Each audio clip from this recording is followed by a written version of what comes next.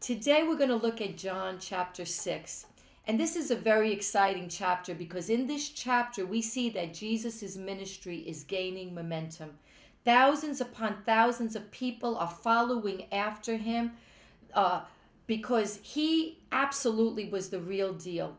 People were just totally sick and tired of dead religion.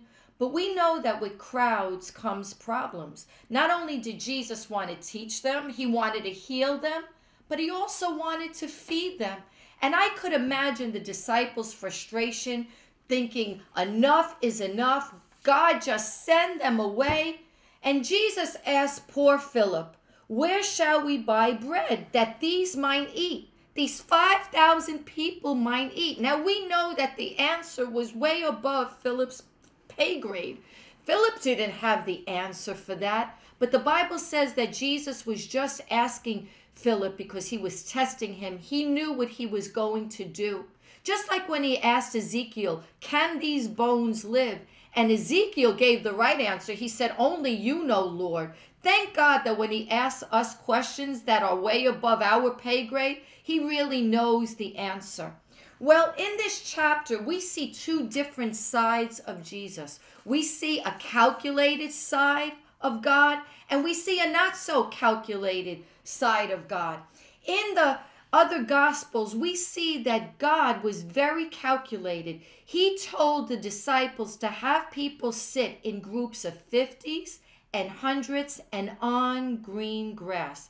Calculated, specific, because God is a God of order. He's a planner. Sometimes we have the notion that if things are planned, they're not spiritual. But preachers must study, singers must practice. It's up to God to do the rest. But we also see that when it comes to feeding these 5,000 with 5 loaves and 2 fish, there was nothing calculated about Jesus. He's not ruffled to see these 5,000 people charging after him. He doesn't need the church finance committee to see how this could possibly be done. And he isn't exasperated by the little bit that he's given to work with. All he does is take these 5 loaves and 2 fish, and he sees the possibilities. He gives thanks for them, and he hands them out. And the Bible says in verse 11 that the people ate as much as they wanted.